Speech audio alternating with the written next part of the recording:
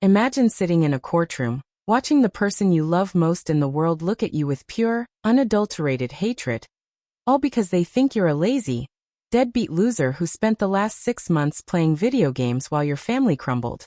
That was my reality exactly 3 hours ago. My wife, Sarah, looked the judge in the eye and said I was an unfit father because while she worked 2 jobs to keep us afloat, I was locked in our basement with a headset on, clicking a mouse. But what she doesn't know, what nobody knows except for the person currently holding a frozen bank account with 7 figures in it, is that those video games were the only thing keeping us from being homeless, and I was playing for our lives. I've lost my house, I've lost my reputation, and as of this morning, I've technically lost custody of my daughter, Lily. Was I wrong to keep the secret? Should I have told her and risked everything falling apart before the payout hit? Tell me, honestly, if you found out your husband was secretly a high-stakes digital mercenary while pretending to be a jobless gamer, would you forgive him, or would you do what Sarah did and walk out? To understand why I ended up in that basement, you have to understand where we were a year ago. I was a senior project manager at a tech firm, earning a solid 6-figure salary. We had the perfect suburban life, a 4-bedroom house, a reliable SUV, and a college fund growing for 5-year-old Lily. Then the industry shifted. My company went through a massive restructuring, which is just a corporate way of saying they fired everyone over 40 to hire 20-somethings for half the price. I thought I'd find a new job in a month. 1 month turned into 3, and 3 turned into 6. The savings were evaporating. Every interview I went on ended with "you're overqualified," or "we're looking for someone with a more modern perspective." I was becoming desperate. One night, while scouring the dark corners of freelance forums for any kind of work, I stumbled upon a private server for an old MMORPG I used to play in college.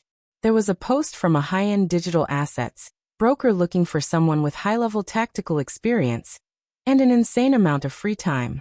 They weren't looking for a coder. They were looking for a grinder with a strategic mind to manage a massive in-game economy that real-world investors were using to hedge against currency inflation in certain regions. It sounds like sci-fi, but it was real. They offered a contract.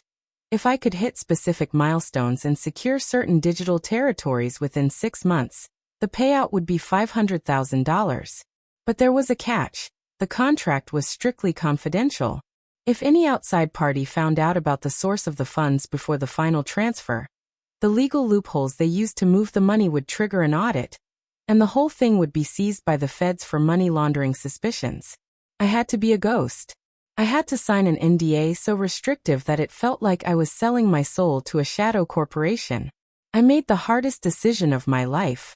I told Sarah I was still looking for work, but I started spending 12 to 14 hours a day in the basement. To her, it looked like I had given up.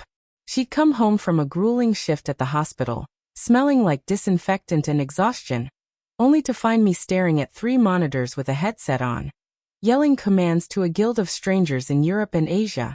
I couldn't tell her that those strangers were actually part of a multi-million-dollar operation. I couldn't tell her that the boss we were raiding was actually a coordinated effort to crash a specific in-game market, so my employers could buy up the assets. I watched the light die in her eyes over those months. Every morning I would descend those stairs, and it felt like I was entering a bunker. I wasn't just playing.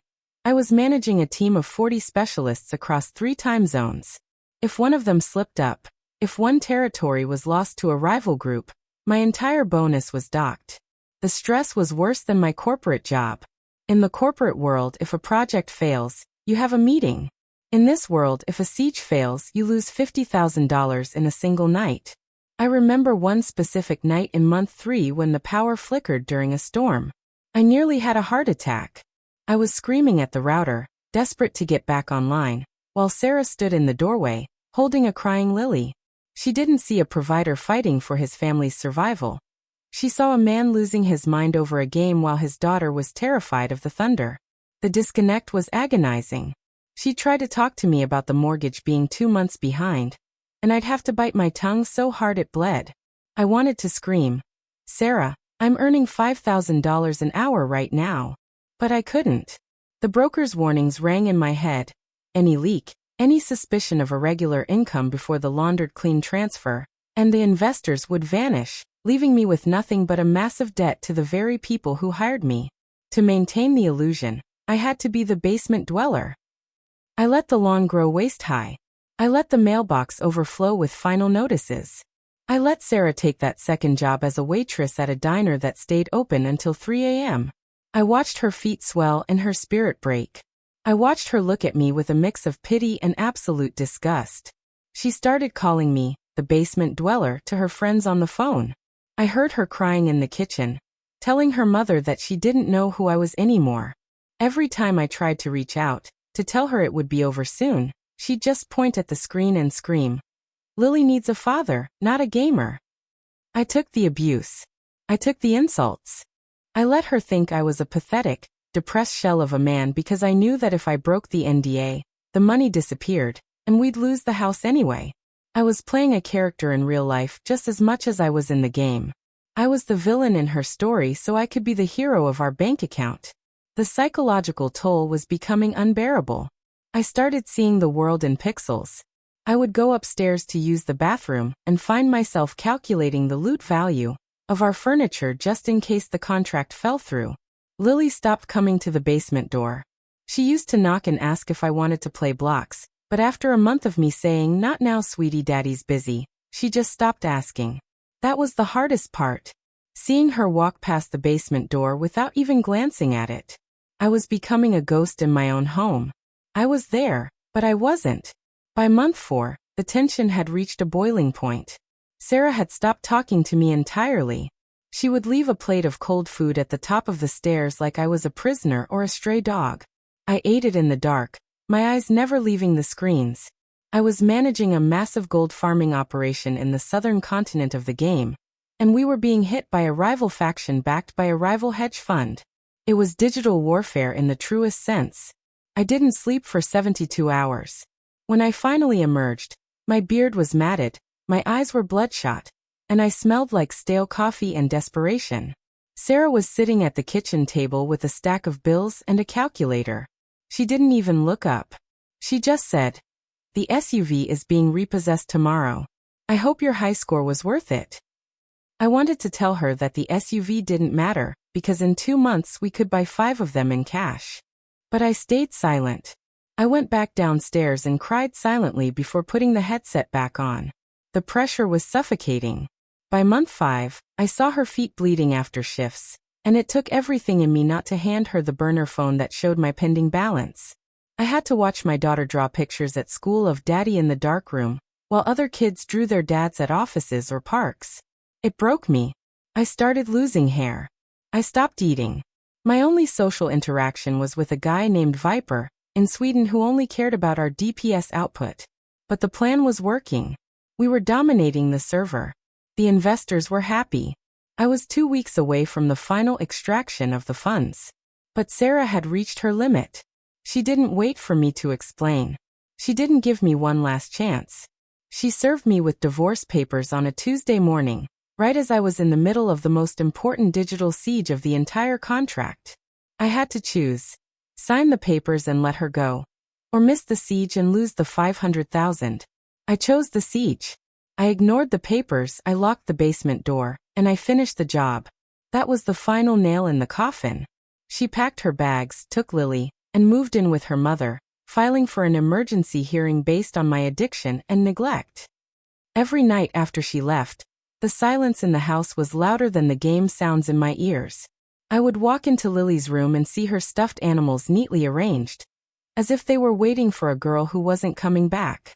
I sat on the edge of her bed and wept, holding a plastic crown she once made me. But then the screen would beep, a message from the broker. "Don't lose focus now. We are 95% complete. If you drop the ball today, you drop the bag." I had to shove my emotions into a box and lock it. I had to pretend my world wasn't ending so that I could ensure it had a beginning again. I remember the hunger, not for food, but for a single kind word. I was existing on protein shakes and sheer spite. Spite for the company that fired me. Spite for the banks that were circling our house like vultures. And honestly, a little bit of spite for Sarah for not seeing the man I used to be through the fog of the man I had become.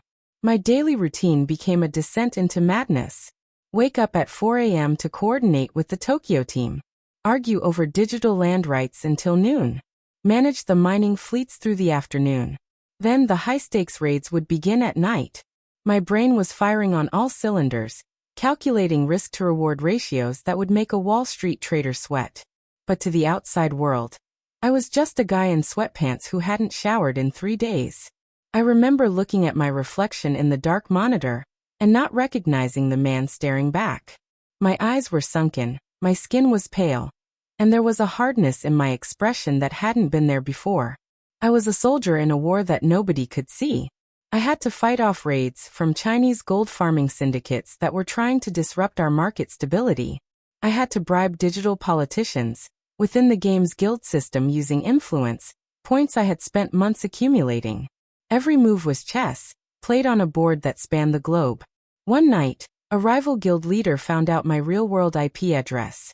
He threatened to sweat me, to call the police and tell them I was a dangerous criminal, so they'd storm my house.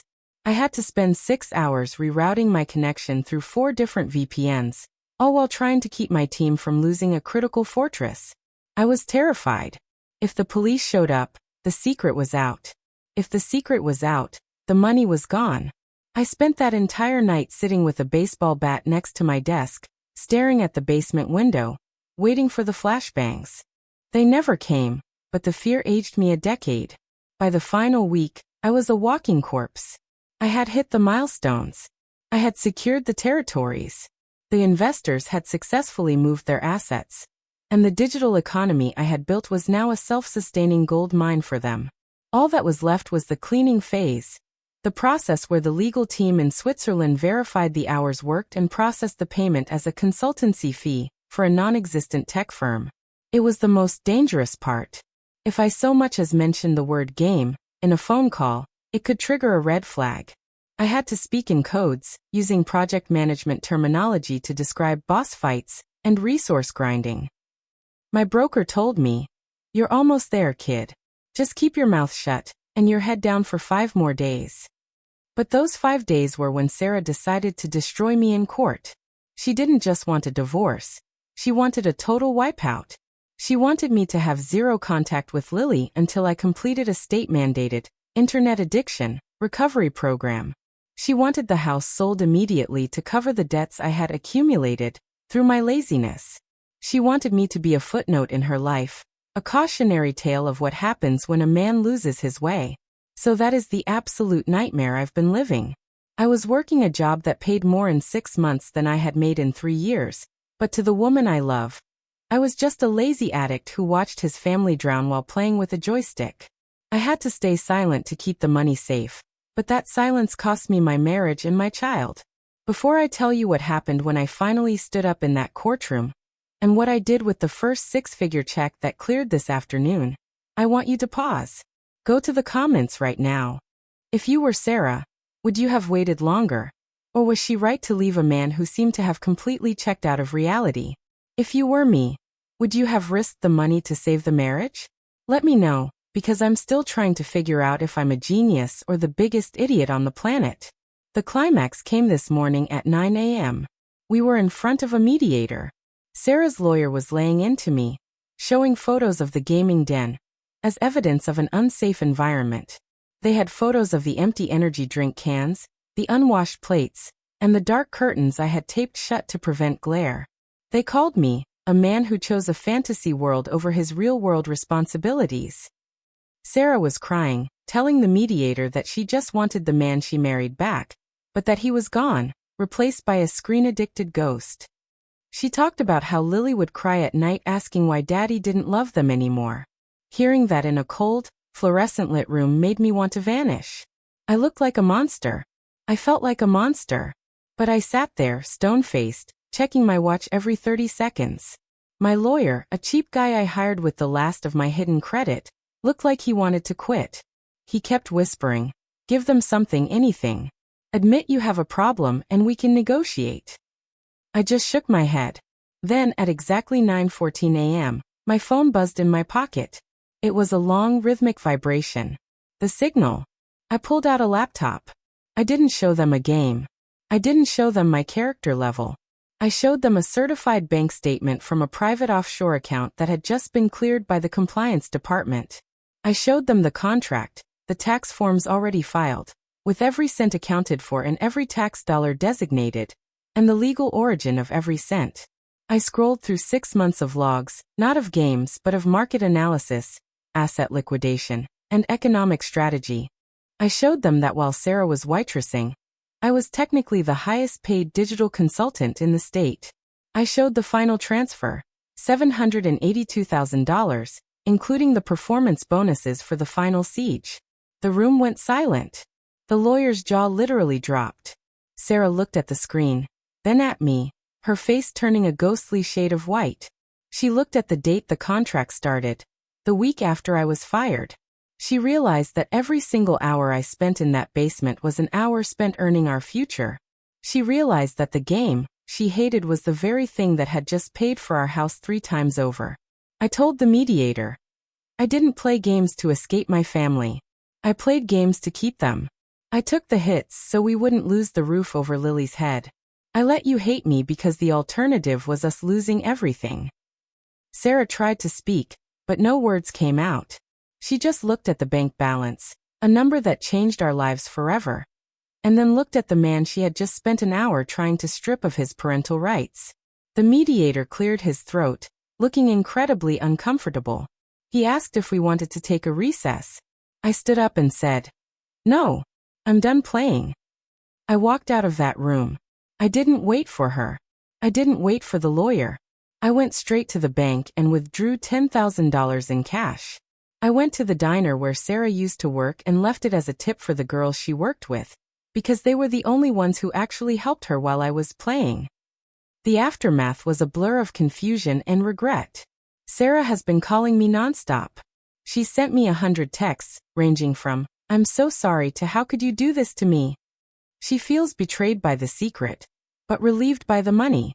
It's a toxic mix. She tried to apologize, to reach out and touch my hand when I went back to the house to get the rest of my things, but I pulled away. The damage was done. The way she looked at me for those 6 months, the disgust, the name she called me, that doesn't just go away because there's money in the bank now. I keep thinking about the night she told me she wished she'd never met me. She said that while I was winning a digital war, she didn't trust me. She didn't have faith that the man she had been with for 10 years had a plan. I realize now that I should have found a way to tell her, but I was so scared of failing that I became a stranger. I was so focused on the objective that I forgot about the people I was doing it for. I spent the first few nights after the hearing in a high-end hotel, the kind we used to dream about visiting for our anniversary. I ordered the most expensive steak on the menu and sat there staring at it, unable to take a single bite. The money felt heavy. Every time I checked my balance on my phone, it felt like I was looking at a scoreboard for a game I had won but lost my soul to. I went back to the house when I knew Sarah was at her mother's. It was empty and cold. The gaming den was still there. The monitors dark for the first time in half a year. I walked into the kitchen and saw the final notice, letters still pinned to the fridge. I took them down one by one and shredded them. I felt no satisfaction. I felt like a criminal who had gotten away with it. I bought Sarah a new car and left the keys on the kitchen table with a note that said, "For the shifts I couldn't drive you to." I also left a copy of the trust fund papers for Lily. She's set for life. She can go to any college she wants. She can have the life I promised her when she was born. But I don't know if she'll ever look at me the same way. When I went to see her at her grandmother's house, she was hesitant. She asked if I was still busy with the computer. I knelt down and told her that Daddy was finished with work for a long, long time. She hugged me, but it was different. There was a distance there. We're going to therapy now, Sarah and I. It's a mess. The therapist keeps talking about rebuilding trust and emotional transparency. But how do you explain to someone that you deliberately let them suffer, so you could win a bet against the world? Sarah says she's happy we're safe, but she cries every time she sees me pick up my phone. She has PTSD from the sound of a keyboard clicking. I've deleted all the games. I've sold the monitors. I've given away the headset.